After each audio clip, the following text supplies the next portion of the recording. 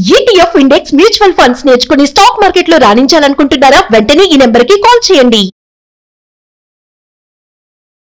Hi hello నమస్తే, welcome to Suman TV. ప్రస్తుతం మనతో ఉన్నారు realtor oxygen founder and CEO doctor Nandi Rameshwar Rao గారు. నమస్తే సార్. నమస్తే అమ్మా. Sir, AP land titling act ఉంది కదా, సో దానివల్ల నష్టాలు ఏంటి, లాభాలు ఏంటి, అసలు దీన్ని ఎవరు ఇంట్రొడ్యూస్ చేస్తారు సార్ ఈ టైటిలింగ్ యాక్ట్ అనేది? So AP land titling act అనేది నేను చెప్తుంది ఏంటంటే, నరేంద్ర మోడీ గారు ఎంతకాలం ఆడవాళ్ళ దగ్గర ఎంత గోల్డ్ ఉందో డిక్లేర్ చేయన్నారు. అది మళ్ళీ ఇమీడియట్ టేక్ బ్యాక్ చేయండి. ఎందుకంటే మా అమ్మమ్మ 100 తులాలు ఇచ్చింది, ఎవరైనా చెప్తారా? దానికి ప్రూఫ్స్ ఉంటాయా? నాకు పెళ్ళైనప్పుడు తులం 5,000 ఉండేది. మా మా నాన్నమ్మ ఉన్నప్పుడు తులం 10 రూపాయలు 20 రూపాయలు ఉండేది. అంటే తులం అంటే 10 గ్రాములు. అదేవిధంగా ధర్నీ అని కేసీఆర్ గారు ఇంట్రడ్యూస్ చేశారు, కేటీఆర్ గారు, కేసీఆర్ గారు. అది కూడా పూల్ ప్రూఫ్గా జరగలేదు. ఈ ఏపీ ల్యాండ్ టైటిలింగ్ యాక్ట్ అనేది సంథింగ్ లైక్ దట్. అది ఎగ్జాక్ట్లీ అది కాదు, కానీ అక్కడ దాని హిస్టరీ ఏంటంటే, సెంట్రల్ గవర్నమెంట్లో నీతి ఆయోగ్ అని ఒక బాడీ ఉంది. ఆ నీతి ఆయోగ్ ఏం చేస్తారంటే, సెంట్రలైజ్ రూల్ తీసుకొచ్చి ఈ రిజిస్ట్రేషన్ వాల్యూస్ కానీ, గైడ్ లైన్ వాల్యూస్ కానీ, లేకపోతే క్లారిటీ ఆన్ ది ప్రాపర్టీస్. అంటే మనకి ఇండిపెండెన్స్ వచ్చిన దగ్గర నుండి ప్రాపర్టీస్ జరుగుతున్నాయి. అప్పుడు తెలుగులో రాసేవారు, ఉర్దూలో హ్యాండ్ రిటర్న్ రాసేవారు. ఇప్పుడు ఆ ఇంకుల మీద నీళ్ళు పడి స్ప్రెడ్ అయిపోయి అర్థం కాక చాలా ఇబ్బందులు పడుతున్నారు పాత. సో జగన్మోహన్ రెడ్డి గారు ఏమన్నారంటే, ఆ పాత రికార్డులో ఇప్పుడు మీది నవీనాది ప్రాపర్టీ అనాలనుకుంటే 30 రికార్డులు చెక్ చేయాలి. ఎవరి దగ్గర? Tahsildar, joint collector, VRO, MDO, RDO, రకరకాల పొజిషన్స్ ఉన్నాయి. వీళ్ళందరూ రికార్డులు ఓకే అయితే అప్పుడే అది కన్ఫర్మ్డ్ ప్రాపర్టీ మీకు. దాన్ని ఏమంటారంటే, 30 రికార్డ్స్ ఒక్క రికార్డు తప్పున్నా మీకు చెందదు ప్రాపర్టీ. అది. సో జగన్మోహన్ రెడ్డి గారు ఏమంటారంటే, సెంట్రల్ గవర్నమెంట్ నీతి ఆయోగ్ వచ్చి అదేమనంటే, దీన్ని సిమిలర్గా ఒక బేస్ క్రియేట్ చేసుకొని మీ స్టేట్ మీరు డెవలప్ చేసుకోండి అన్న ఒక మాట నరేంద్ర మోడీ గారి దగ్గర నుండి వచ్చింది. దాన్ని మనకు అనుకూలంగా మార్చుకోవడానికి ట్రై చేశారు. అంటే ఎందుకు మనకు అనుకూలంగా అంటున్నానంటే, ఈ ప్రాసెస్లో ఏమవుతుందంటే, మనకి ఏవైతే ల్యాండ్ ఉందో ఆ ల్యాండ్ని డిజిటల్ సర్వే చేయిస్తారు. అంటే ఇప్పుడు లేటెస్ట్గా పాతది ఈ హద్దు ఉంది, ఈ బార్డర్ ఉంది, ఎన్ని మీటర్లు ఉన్నాయి, ఎన్ని ఫీట్ ఉందని, అది ఇప్పుడు రెగ్యులర్గా చెక్ చేసి కరెక్ట్ ఉందా లేదా. కరెక్ట్ ఉంటే 2 రిజిస్టర్లు ఓపెన్, సెటిల్డ్, డిస్ప్యూటెడ్. సెటిల్డ్లో పెడతారు. అంటే ఆయన ఏమంటారంటే, ఇంతకుముందు 30 రికార్డులు చెక్ చేస్తాం కదా, 30 జాగాలు. తహసీల్దార్ వేరే దగ్గర ఉంటాడు, RDO వేరే దగ్గర ఉంటాడు, జాయింట్ కలెక్టర్ వేరే దగ్గర ఉంటారు. ఇవన్నీ చెక్ చేయాల్సిన లేదు. సెటిల్డ్ అనే ఒక్క పేపర్ ఉంటే మీ ప్రాపర్టీ ఇంకెవరు టచ్ చేయలేరు. దాని మీద ఇన్సూరెన్స్ కూడా గవర్నమెంట్ కడుతుంది. ఒకవేళ రేపొద్దుట ఈ సెటిల్మెంట్ లెటర్ ఇచ్చిన తర్వాత ఎవరైనా ఫేక్ ప్రాపర్టీ మీకు కబ్జా చేస్తే government will pay the compensation to the individual owner. ఇది ఆయన హైలైట్ చేస్తున్న పాయింట్. అయితే ఈ సర్టిఫికేషన్ ఎవరు ఇస్తారంటే, ల్యాండ్ టైటిలింగ్ LR అంటే ల్యాండ్ టైటిలింగ్ రిజిస్ట్రేషన్ ఆఫీసర్ అని ఉన్నాడు. అంటే ఏంటంటే, ఆయన సర్టిఫై చేస్తాడు, ఈ 30 రికార్డులు వెరిఫై చేసాం కరెక్ట్గా ఉంది అని. ఒకవేళ ఈయన ఎలాగ అపాయింట్ అవుతాడని చూస్తే దానికి ఎలిజిబిలిటీస్ పెట్టలేదు. ఎవరినైనా అపాయింట్ చేసుకోవచ్చు. దానికి ఇప్పుడు IAS రాయాలంటే ఒక ఎగ్జామ్ ఉంది, IPS రాయాలంటే ఒక ఎగ్జామ్ ఉంది, డాక్టర్ కావాలంటే ఒక ఎగ్జామ్ ఉంది. ఇది ఏ ఎగ్జామ్స్ ఏమంటే, మాకు ఇష్టమైన వాళ్ళని అపాయింట్ చేసుకోవచ్చు అన్నారు. అది ప్రాబ్లం అవుతుంది. ఎందుకంటే ల్యాండ్ టైటిలింగ్ రిజిస్ట్రేషన్ ఆఫీసర్ ఎవరైతే ఉన్నారో ఆయనకి ఫుల్ పవర్స్ ఉంటాయి. ఆయనకి నచ్చితే చేయొచ్చు, నచ్చకపోతే చేయకపోవచ్చు. సపోజ్ మన మనిషి అనుకోండి, గవర్నమెంట్ ఫేవర్కి ఇవ్వచ్చు కదా. అదొక అపోహ. ఇస్తారా లేదా అని పక్కన పెట్టండి. ఒక అపోహ అపోజిషన్ పార్టీ రేజ్ చేస్తుంది. రెండోది, ఈయన వల్ల కాకపోతే డిస్ప్యూట్లో పెట్టినప్పుడు ఆయన LTAO అని ఇంకొక పర్సన్ ఉంటాడు, ల్యాండ్ టైటిలింగ్ అప్లియేట్ ఆఫీసర్. అంటే ఈయన ఒక పెద్ద మనిషిలా ఉంటే ఈయన మీద హెడ్. సో ఈయన కాల్ తీసుకోండి. ఈయన కూడా ప్రభుత్వం మనిషి అనుకోండి, అప్పుడు ఏమవుతుంది, ఇండివిజువల్ ప్రాపర్టీ ఓనర్ క్లాస్ అవుతుంది. సో ఇక్కడ LTO వేరు, LTAO వేరు. ఈ రెండింటికి అంటే ఒపీనియన్ తీసుకోరు, పబ్లిక్ ఒపీనియన్ తీసుకోకుండా ఈ లాని ఇంట్రడ్యూస్ చేస్తారు.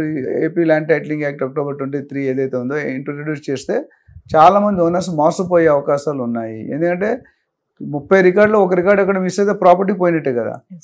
ఇంకొకటి, ఒకవేళ మీ ప్రాపర్టీ మీద ఎవరైనా కబ్జా చేస్తారనుకోండి, అంటే ఇప్పుడు ఫేక్ కబ్జా చేశారు, అది వాళ్ళు వెళ్తారు, ఆ నోటిఫికేషన్ కూడా మీకు ఇవ్వరంట. వాళ్ళు 2 years చూస్తారు, ఎవరు అపోజిషన్ అయితే ఆ డిస్ప్యూటెడ్ ప్రాపర్టీ గవర్నమెంట్ కబ్జాలోకి వెళ్ళిపోతుంది. So which is another negative point. So ఇలాగా చాలా పాయింట్లు ఉన్నాయి. ఇంకోటి ఏమన్నారంటే, డాక్యుమెంట్ రిజిస్టర్ చేసి గవర్నమెంట్ దగ్గరే పెట్టుకుంటున్నారు అన్నారు. కానీ అది ఎంతవరకు రైట్ రాంగ్ అని తెలియదు. ఒక పక్క సీఎం ఏం చెప్తుంటే, లేదు మేము 9 లక్షల డాక్యుమెంట్ రిలీజ్ చేసాం, మా దగ్గర పెట్టుకోవట్లేదు అంటున్నారు. సో జెరాక్స్ కాపీ ఇస్తున్నారని, ఒక జెరాక్స్ కాపీలో లోన్ రాదు అప్పుడు ఓనర్స్కి. ఇంకొక పాయింట్ ఏంటంటే, జగన్మోహన్ రెడ్డి గారు ఫోటో పెట్టారు నీ ప్రాపర్టీ మీద, మన సీఎం ఫోటో ఎందుకు, ఎవరి ప్రాపర్టీ అయితే వాళ్ళ ఫోటో రావాలి.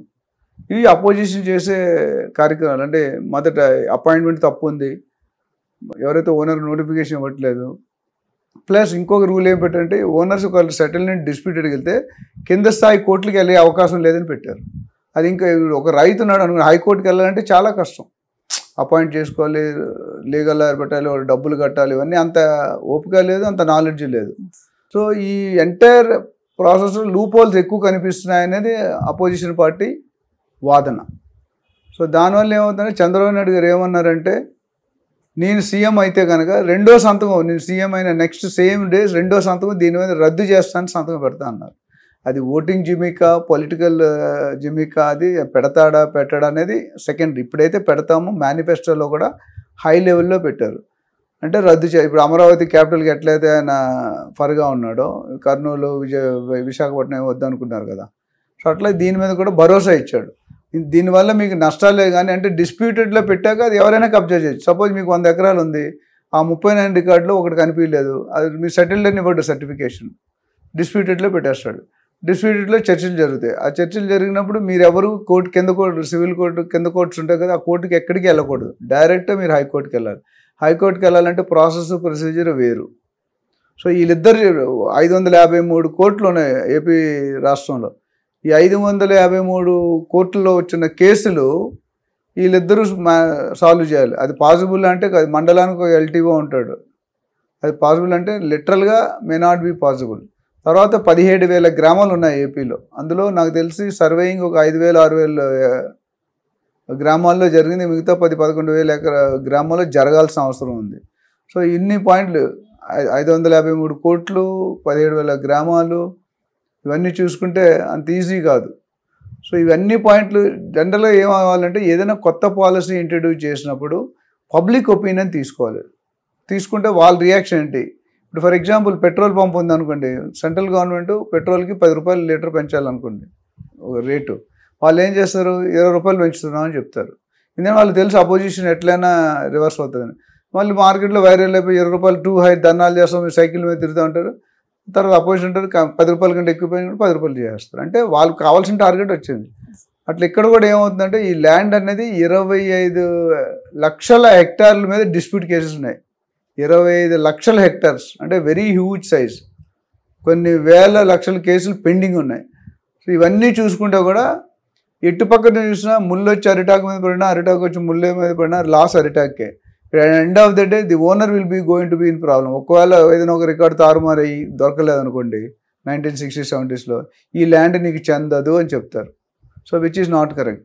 సో దీన్ని సరైన ఫుల్ ప్రూఫ్ మెథడ్ పెట్టి సెంట్రల్ గవర్నమెంట్ ఏమన్నారంటే మీరు దీన్ని సెట్ చేసుకొని అన్నిటికీ ఓకే ఉన్న మంచిగా పెట్టి ప్రొసీజర్ వర్కౌట్ అవుద్దంటే మీరు ఇంట్రడ్యూస్ చేయండి అన్నారు. ప్లస్ ఇంకో కన్ఫ్యూజన్, ధర్మాన ప్రసాద్ గారు మినిస్టర్ ఎవరైతే ఉన్నారో అప్పుడు ఆయన ఏమన్నారంటే ఈ సిస్టమ్ని ఇంప్లిమెంట్ చేయలేదు, ప్రాసెస్లో ఉంది, అన్ని స్టేట్స్ ఓకే అయితే మనం కూడా పెడతామని ఒక పక్క అన్నారు. ఇంకో పక్క ఇంకో మినిస్టర్ ఏమనంటే ఆల్రెడీ 16 సబ్ రిజిస్టర్ ఆఫీసులు ఇది నడుస్తుంది అన్నారు. అంటే ఇద్దరికి కన్ఫ్యూజన్, ఈయనేంచి చేయలేదు అన్నాడు, ఈయనేంచి చేస్తున్నాం అన్నారు సగం. ఇవన్నీ కూడా ఏంటంటే ఏదో సంథింగ్ లుక్స్ లైక్ ఫిషీ, అంటే క్లారిటీ అనేది లేదు. అందుకని అపోజిషన్ గవర్నమెంట్ దీన్ని అడ్వాంటేజ్గా తీసుకొని వైరల్ చేస్తుంది. అయితే 50% ఫ్యాక్ట్స్ కూడా కరెక్ట్ అనిపిస్తున్నాయి. సో ఇంట్రడ్యూస్ చేయడం మంచి ఉద్దేశమే, జగన్ గారు ఉన్న ఐడియా అయితే మంచిది. బట్ ఐడియా అంతవరకు పాలసీ కరెక్ట్ ఇంప్లిమెంట్ అవుతుందా లేదని it's a question mark. So ఇది మొత్తం. సో ఏపీ ల్యాండ్ టైటిలింగ్ పాజిటివ్గా positive intention it's definitely a good measure. నేను ఇందాక చెప్పినట్టు ధర్నీ ఇంట్రడ్యూస్ చేసినట్టు కూడా చాలా లోపాలు ఉన్నాయి. అది కేటీఆర్ కూడా పబ్లిక్లోనే ఒప్పుకున్నారు. దానివల్ల గవర్నమెంట్ కూడా బాగా ఇంపాక్ట్ అయింది మన ఎలక్షన్స్లో. ఎందుకంటే ఎవరు కూడా వాళ్ళ ప్రాపర్టీ డిస్ట్రాయ్ చేసుకోవడానికి ఇష్టపడరు.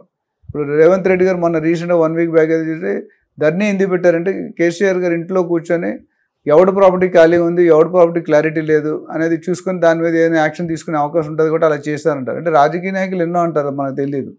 బట్ ఎంతవరకు రైట్ ఆర్ రాంగ్ అనేది we are not the people, we can only analyse. అది అనలిస్ట్గా ఇది కరెక్ట్ ఇది కాదని చెప్పాలి కానీ, but at the end of the day government decision తీసుకోవాలి. సో ఇవన్నీ చూసుకుంటే ఇన్ని లూప్ హోల్స్ సిస్టమ్ ఏదైనా ఒక కొత్త కాన్సెప్ట్ ఇంట్రడ్యూస్ చేయడం కష్టం. సరైన సర్వే చేసి సరైన క్షుణ్ణంగా పరిశీలించి పద్ధతులు అందరికీ యూజర్ ఫ్రెండ్లీగా ఉండి చేస్తే మంచిది. We wish good luck to the AP government. Thank you. Suman టీవీలో మీ పర్సనల్ అండ్ బిజినెస్ ప్రమోషన్స్ కోసం కింది నెంబర్కి కాంటాక్ట్ చేయండి.